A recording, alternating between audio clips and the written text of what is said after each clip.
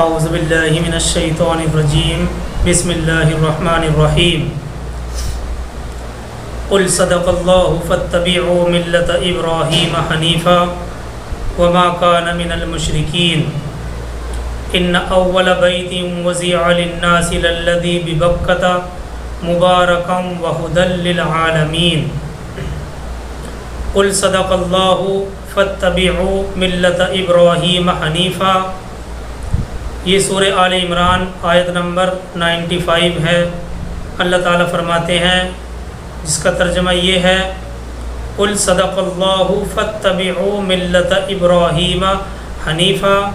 اے نبی صلی اللہ علیہ وسلم، آپ کہہ دیجئے اللہ نے جو کچھ فرمایا ہے سچ فرمایا ہے۔ فاتبعوا ملت ابراہیم حنیفا، تم سب ابراہیم حنیف کی پیروی کرو۔ وما کان من المشرکین، اور ابراہیم علیہ السلام مشرکین میں سے نہیں تھے۔ آپ کہہ دیجئے اللہ نے جو کچھ فرمایا ہے سچ فرمایا ہے، تم سب ابراہیم حنیف کی پیروی کرو، اور وہ مشرکین میں سے نہیں تھے۔ دیکھیے ابن کثیر میں ہے، اللہ نے سچی خبر دی، دین حنیف وہی ہے جسے قرآن بیان کر رہا ہے۔ تم اس کتاب اور اس نبی کی پیروی کرو، نہ تو اس سے اعلیٰ کوئی نبی ہے اور نہ اس سے بہتر اور زیادہ واضح اور کوئی شریعت ہے۔ اور جگہ اللہ تعالیٰ نے ارشاد فرمایا، قل اننی ہدانی ربی الی صراط مستقیم۔ اے نبی آپ کہہ دیجئے مجھے میرے رب نے سیدھی راہ ابراہیم حنیف موحد کی مضبوط دین کی دکھلائی ہے، مضبوط دین کی دکھلائی ہے۔ دیکھیے حضرت ابراہیم علیہ، یہ بات پہلے بھی آ چکی ہے کہ ابراہیم علیہ السلام کا لقب حنیف ہے۔ حنیف کہا جاتا ہے جو تمام ادیان باطلہ کو چھوڑ کر یکسو ہو کر دین حق پر آ جائے۔ اور جگہ فرمایا اللہ تعالیٰ نے، ہم نے تیری طرف وحی کی کہ ابراہیم کے دین کی تابعداری کرو۔ ایک دوسرے مفسر کی رائے یہ ہے کہ اس آیت کا مطلب یہ ہے کہ ان مسائل میں کہاں پھنسے جا رہے ہو، یعنی جو علماء یہود اعتراض کر رہے تھے، الٹی سیدھی باتیں کر رہے تھے کہ تم نے فلاں چیز حلال کر دی حالانکہ ہماری شریعت میں حرام تھی وغیرہ وغیرہ، تو ایک مفسر کہتے ہیں کہ تم کہاں پھنسے جا رہے ہو، دین کی جڑ تو اللہ کی واحد بندگی میں ہے۔ دین کی جڑ تو اللہ واحد کی بندگی میں ہے جسے تم نے چھوڑا ہوا ہے، اور شرک کی گندگیوں میں مبتلا ہو گئے ہو۔ اب بحث کرتے ہو مسائل میں، حالانکہ یہ وہ مسائل ہیں جو اصل ملت ابراہیمی سے ہٹ کر تمہارے اندر پیدا ہو گئے ہیں۔ حالانکہ تم دین حنیف کا بھی دعویٰ کرتے ہو، اصل بات یہ ہے کہ تم یہ اعتراضات جو کر رہے ہو دین ابراہیمی سے ہٹنے کی وجہ سے تمہارے اندر یہ اختلافات پیدا ہو گئے ہیں۔ تو آگے چلتے ہیں آیت نمبر 96 کی طرف۔ اللہ تعالیٰ فرماتے ہیں، ان اول بیت وضع للناس للذی ببکۃ مبارکا وہدی للعالمین۔ یہ آیت نمبر 96 ہے۔ اللہ تعالیٰ فرماتے ہیں، بے شک سب سے پہلی عبادت گاہ جو انسانوں کے لیے تعمیر ہوئی وہ وہی ہے جو مکے میں واقع ہے۔ وضع للناس للذی ببکۃ، سب سے پہلا عبادت کا گھر جو لوگوں کے لیے بنایا گیا وہ وہی ہے جو مکے میں ہے۔ مبارکن وہدی للعالمین، اس کو خیر و برکت دی گئی ہے اور تمام دنیا جہاں والوں کے لیے ہدایت کا مرکز بنایا ہے۔ فیہ آیات بینات مقام ابراہیم، اس میں کھلی ہوئی نشانیاں ہیں، ابراہیم علیہ السلام کے عبادت کرنے کی جگہ ہے۔ ومن دخلہ کان آمنا، اور اس کا حال یہ ہے کہ جو اس میں داخل ہو جاتا ہے محفوظ ہو جاتا ہے۔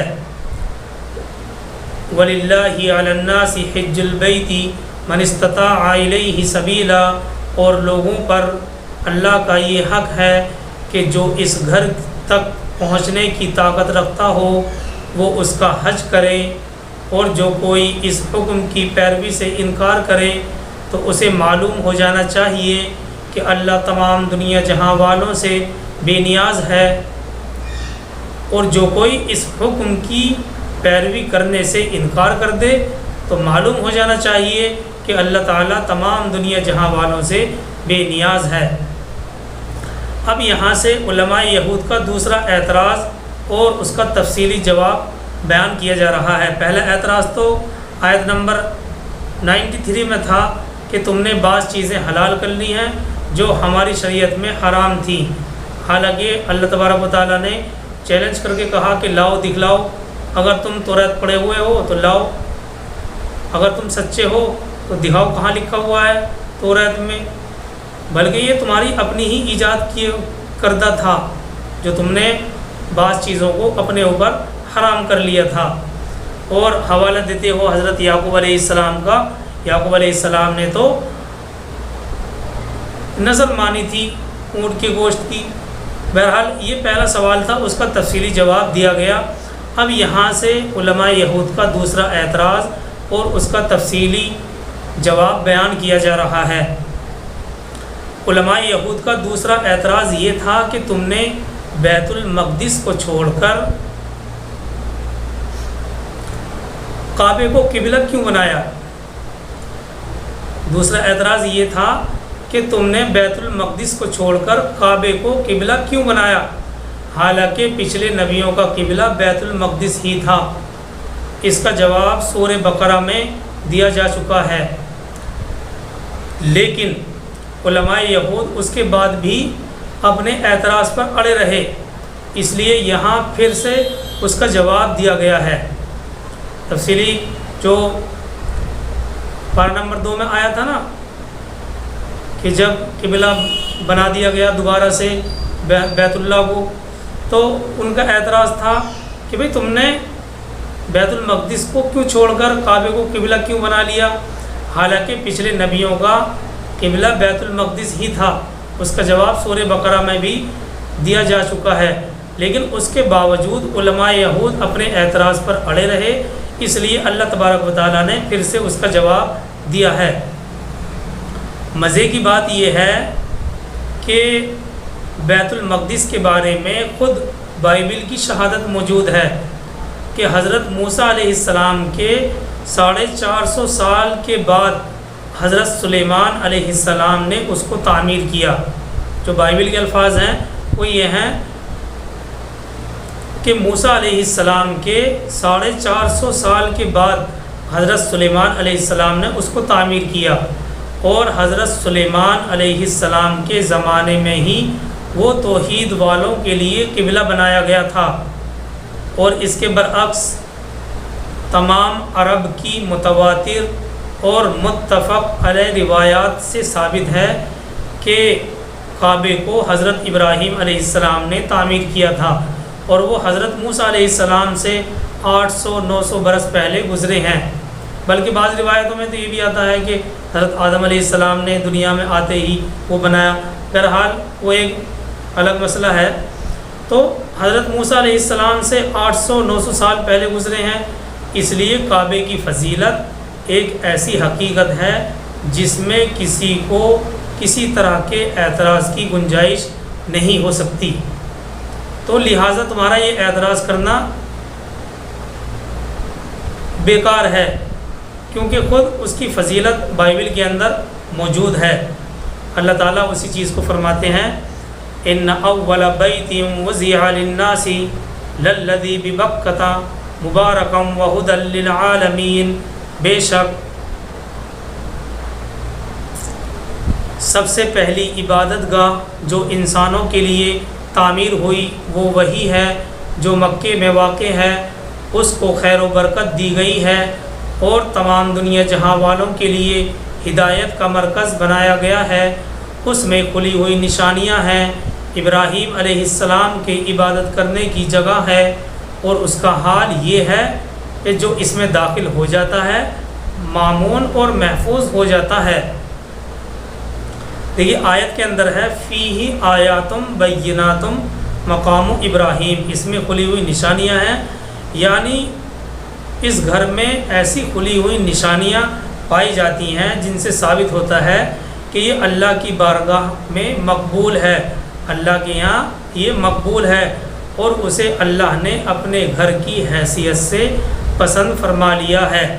بالکل چٹیل میدان میں اس کو بنایا گیا، اور پھر اللہ تبارک و تعالیٰ نے اس کے پڑوس میں رہنے والوں کے لیے بہتر سے بہتر رزق اور بہتر سے بہتر ثمرات کا انتظام کر دیا۔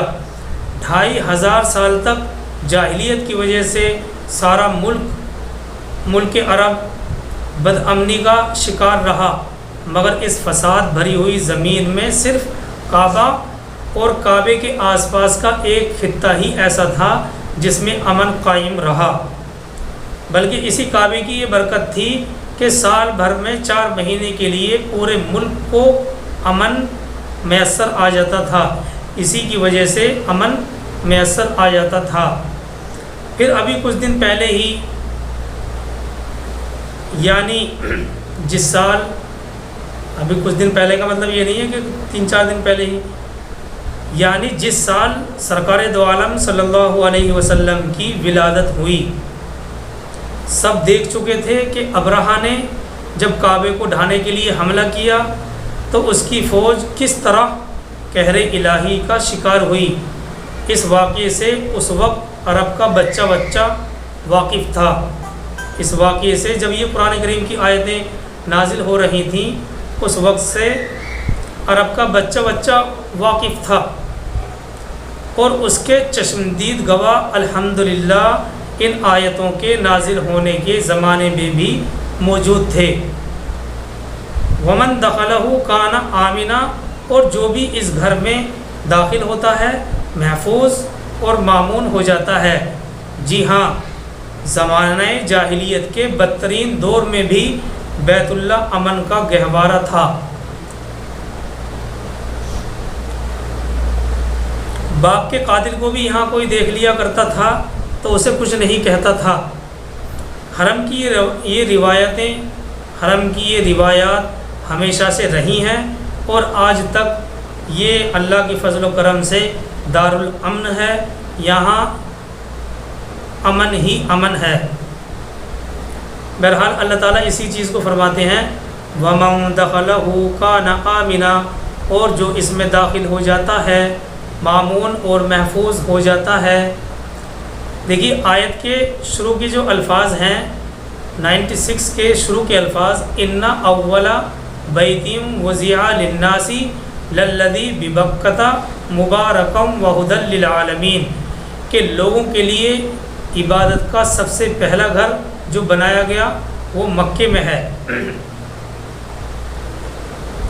وہ مکہ شریف میں ہے۔ اس آیت کے تحت بخاری، مسلم اور مسند احمد، بخاری، مسلم اور مسند احمد، 3 کتابوں کے اندر، 3 کتابوں کے حوالے سے یہ حدیث ہم آپ کے سامنے رکھ رہے ہیں۔ 3 کتابوں میں حدیث ہے، حضرت ابو ذر رضی اللہ تعالیٰ عنہ نے رسول خدا صلی اللہ علیہ وسلم سے دریافت کیا کہ سب سے پہلے کون سی مسجد بنائی گئی؟ حضرت ابو ذر رضی اللہ تعالیٰ عنہ سرکار دو عالم صلی اللہ علیہ وسلم سے دریافت فرماتے ہیں کہ اللہ کے نبی سب سے پہلے کون سی مسجد بنائی گئی؟ آپ نے فرمایا مسجد حرام۔ پھر پوچھا پھر کون سی بنائی گئی؟ اللہ کے نبی صلی اللہ علیہ وسلم نے فرمایا بیت المقدس۔ پھر ان دونوں کے درمیان کتنا وقت ہے؟ پوچھا، فرمایا 40 سال کا۔ پوچھا انہوں نے، حضرت ابو ذر رضی اللہ تعالیٰ عنہ نے، پھر کون سی مسجد بنائی گئی؟ آپ صلی اللہ علیہ وسلم نے فرمایا جہاں کہیں بھی نماز کا وقت ہو جائے نماز پڑھ لیا کرو، ساری زمین مسجد ہے۔ یہ امت محمدیہ کی خاصیت ہے کہ اللہ تبارک و تعالیٰ نے اس امت کے لیے تمام زمین کو مسجد بنا دیا ہے، اور جہاں نماز کا ٹائم ہو جائے بہتر یہی ہے کہ وہاں پر نماز پڑھ لی جائے اگر ہم مسجد نہیں جا سکتے ہیں تو یہ حضرت ابو ذر رضی اللہ تعالیٰ عنہ نے فرمایا کہ سب سے پہلے کون سی مسجد بنائے گی؟ آپ نے فرمایا مسجد حرام۔ انہوں نے فرمایا پھر کون سی بنائے گی؟ فرمایا بیت المقدس۔ پھر ان دونوں کے درمیان کتنا فاصلہ ہے؟ 40 سال کا۔ پھر پوچھا کہ کون سی مسجد بنائی گئی؟ آپ صلی اللہ علیہ وسلم نے فرمایا جہاں کہیں بھی نماز کا وقت ہو جائے نماز پڑھ لیا کرو، ساری زمین مسجد ہے۔ اسی طرح سے حضرت علی رضی اللہ تعالیٰ عنہ فرماتے ہیں کہ گھر تو پہلے سے بہت تھے، لیکن خاص خدا تعالیٰ کی عبادت کا گھر سب سے پہلا یہی ہے۔ دیکھیے آیت کریمہ کے اندر للذی ببکۃ مبارکم وہدی للعالمین، وہ وہی ہیں جو بکے میں ہیں۔ آیت کریمہ کے اندر مکے کو بکہ کہا گیا ہے، یعنی میم کے بجائے با کا استعمال کیا گیا ہے۔ بکہ مکہ شریف کا مشہور نام ہے، کیونکہ بڑے بڑے ظالموں کی، اس کی وجہ تفسیر ابن کثیر نے لکھی ہے، کیونکہ بڑے بڑے ظالموں کی گردنیں یہاں آ کر جھک جاتی ہیں، ہر برائی کرنے والا یہاں آ کر پست ہو جاتا تھا، اس لیے اس کو مکہ کہا جانے لگا۔ بعض لوگ یہ بھی کہتے ہیں کہ یہاں پر سب لوگ جمع ہوتے ہیں اس لیے اس کو مکہ کہا جانے لگا۔ بہرحال کچھ بھی ہو، اس سے بحث نہیں ہے۔ آیت کریمہ میں بکہ کہا گیا ہے، اور بکہ مکہ شریف کا مشہور نام ہے، کیونکہ قرآن نے بیان کیا ہے۔ مقام ابراہیم، دوسری چیز آیت کریمہ کے اندر بیان کی گئی کہ اس میں مقام ابراہیم ہے، یعنی جس پر کھڑے ہو کر حضرت اسماعیل علیہ السلام سے پتھر لے کر حضرت ابراہیم کعبے کی دیواریں اونچی کر رہے تھے۔ یہ پہلے تو بیت اللہ کی دیوار سے لگا ہوا تھا، لیکن حضرت عمر رضی اللہ تعالیٰ عنہ نے اپنی خلافت کے زمانے میں اسے ذرا ہٹا کر مشرق رخ کر دیا تھا، تاکہ طواف پوری طرح سے ہو سکے، اور جو لوگ طواف کے بعد مقام ابراہیمی کے پیچھے نماز پڑھتے ہیں ان میں بھیڑ بھاڑ زیادہ نہ ہو، تو اس کو مقام ابراہیم کو وہاں سے ہٹا کر مشرق رخ کر دیا تھا حضرت عمر رضی اللہ تعالیٰ عنہ نے اپنے دور خلافت میں۔ اور ایک چیز، نبی صلی اللہ علیہ وسلم کو مکے سے بے حد پیار تھا۔ مسند احمد، ترمذی اور نسائی میں ایک حدیث ہے جسے امام ترمذی نے صحیح اور حسن کہا ہے۔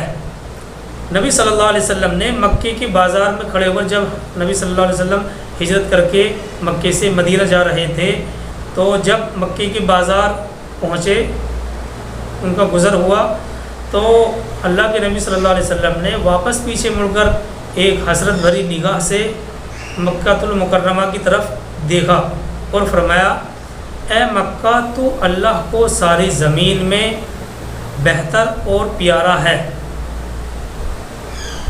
اگر میں زبردستی تجھ سے نہ نکالا جاتا تو ہرگز تجھے نہ چھوڑتا۔ اے مکہ، تو اللہ کو ساری زمین میں بہتر اور پیارا ہے، اگر میں زبردستی تجھ سے نکالا نہ جاتا تو ہرگز تیرے علاوہ کہیں سکونت اختیار نہ کرتا، ہرگز تجھے نہ چھوڑتا۔ دیکھیے یہاں تک تو بیت اللہ کی فضیلت اور اس کا عبادت کے اعتبار سے پہلا گھر ہونا بتلایا گیا ہے، اور اسی کے ضمن میں یہودی علماء کے اعتراض کا جواب بھی ہے۔ اب اسی آیت کے آخری حصے میں حج کی فرضیت کی دلیل ہے۔ اللہ تعالیٰ فرماتے ہیں، وَلِلَّهِ عَلَى النَّاسِ حِجُّ الْبَيْتِ مَنِ اسْتَطَاعَ إِلَيْهِ سَبِيلًا، اور لوگوں کے لیے بیت اللہ کا حج کرنا فرض ہے جو استطاعت رکھے۔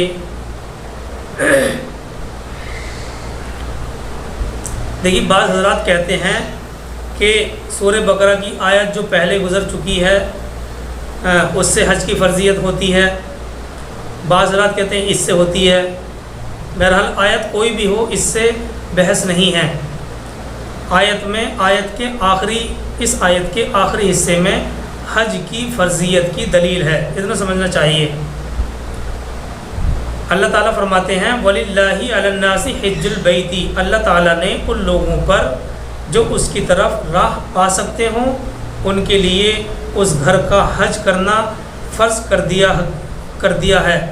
وَمَنْ كَفَرَ فَإِنَّ اللَّهَ غَنِيٌّ عَنِ الْعَالَمِينَ، اور جو کوئی کفر کرے تو اللہ تعالیٰ تمام دنیا سے بے پرواہ ہے، بے نیاز ہے. بہت سی احادیث میں یہ بات وارد ہوئی ہے کہ حج اسلام کے ارکان میں سے ایک رکن ہے. اسلام کے 5 رکن ہیں، کلمہ طیبہ، کلمہ، نماز، روزہ، حج، زکوٰۃ، تو ان میں سے حج کے ارکان میں سے ایک رکن ہے. اس حج کی فرضیت پر مسلمانوں کا اجماع ہے. اور یہ بات بھی ثابت ہے کہ عمر بھر میں ایک مرتبہ استطاعت والے مسلمان پر حج فرض ہے. عمر بھر میں صرف ایک مرتبہ استطاعت والے مسلمان پر حج فرض ہے. ایک مرتبہ سرکار دو عالم صلی اللہ علیہ وسلم خطبہ دے رہے تھے، ارشاد فرمایا لوگو تم پر اللہ نے حج فرض کیا ہے، تم حج کرو.